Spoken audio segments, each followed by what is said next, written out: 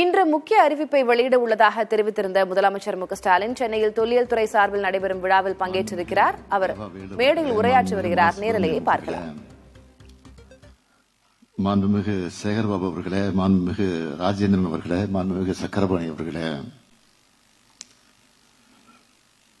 நாடாளுமன்ற உறுப்பினர்களே, சட்டமன்ற உறுப்பினர்களே,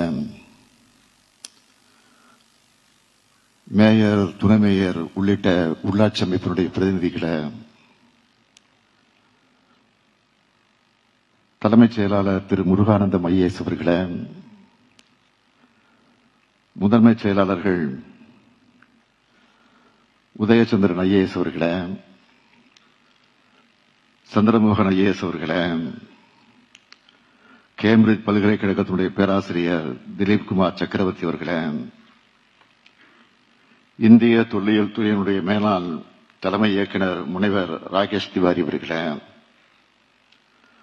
தொல்லியல் துறையினுடைய கல்வியியல் மற்றும் ஆய்வு ஆலோசகர் பேராசிரியர் ராஜன் அவர்களே, தொல்லியல் துறையினுடைய வல்லுநர்களே, அரசு உயர் அலுவலர்களே,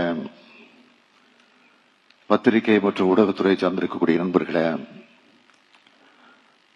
வருகை தந்திருக்கக்கூடிய பெரியவர்களே, தாய்மார்களே, மாணவ செல்வங்களே,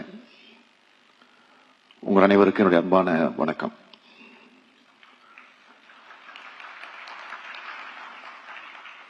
கல் தோன்றி மண் தோன்றா காலத்தே வாளோடு முன் தோன்றிய மூத்த குடி நமது தமிழ் குடின்னு பெருமை பொங்க சிலர் விமர்சித்தாங்க. அதுக்கு காரணம் தமிழ் சமுதாயத்தில் வந்து புகுந்த இழிவுகளும் அதனால் ஏற்பட்ட தேக்க நிலையும் தான் காரணம். இந்த இடைக்கால இகழ்வுகள் நீங்க காலந்தோறும் எண்ணற்ற புரட்சியாளர்கள் தோன்றினாங்க. ஐயன் வள்ளுவர், வள்ளலார் தொடங்கி அயோத்தியதாச பண்டிதர் என அந்த பட்டியல் நீளமானது. அவங்களுடைய தொடர்ச்சியாகத்தான் பகுத்தறிவையும் இனமான உணவையும் ஊட்டினார் தந்தை பெரியார். பண்பாட்டு ரீதியா அடிமைப்படுத்தப்பட்டு கிடந்த நமது தமிழினத்தை தாழ்ந்த தமிழகமென பேரறிஞர் அண்ணா அவர்கள் தன்னுடைய சிந்தனையாலும் நயத்தாலும் தட்டி எழுப்பினார். சங்க இலக்கியத்தில் சொல்லப்பட்ட நம்முடைய வாழ்வியல திராவிட இயக்க மேடைகள் தூரம் எடுத்து சொன்னோம், இலக்கியங்கள் படைச்சோம். முத்தமிழறிஞர் தலைவர் கலைஞர் அவர்கள் இமய வரம்பினில வீரம் சிரிக்கும், இங்கு வீணை நரம்புநில இசை துடிக்கும், அது மானம் மானம் என்றே முழங்கும்னு சங்கத்தமிழைய சாரெடுத்து நம்ம வரலாற்றை எடுத்து சொன்னார். ஆனா இந்த இலக்கிய பெருமைகள் மெய்ப்பிச்சு பறந்துபட்டு வாழ்ந்த தமிழகத்தோட புதையுண்ட வரலாற்றை மீட்டெடுத்து அறிவுலகத்துக்கு அறிவிக்கணும் என்றும்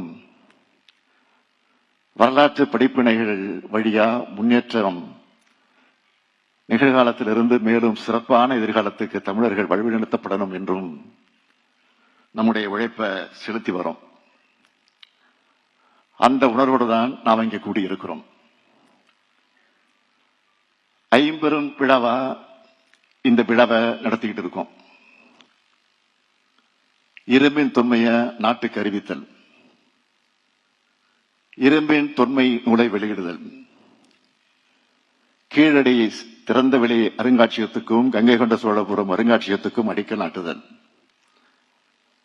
கீழடி இணையதளத்தை தொடங்கி வைத்தல், தமிழ் பண்பாட்டை உலகுக்கு சொல்லும் விழாவா இந்த விழா சிறப்பா நடந்துகிட்டு இருக்கு. தொன்மையும் திண்மையும் வளமையும் பெருமையும் கொண்ட தமிழ்நாட்டோட சிறப்பை வெளிப்படுத்துற விழாவா இந்த விழாவை ஏற்பாடு செஞ்சிருக்கக்கூடிய மாண்புமிகு அமைச்சர் தங்கம் தென்னரசு அவர்களையும் அரசு முதன்மை செயலாளர் திரு உதயச்சந்திரன் அவர்களுக்கும் என்னுடைய நெஞ்சார்ந்த பாராட்டுக்கள், வாழ்த்துக்கள்.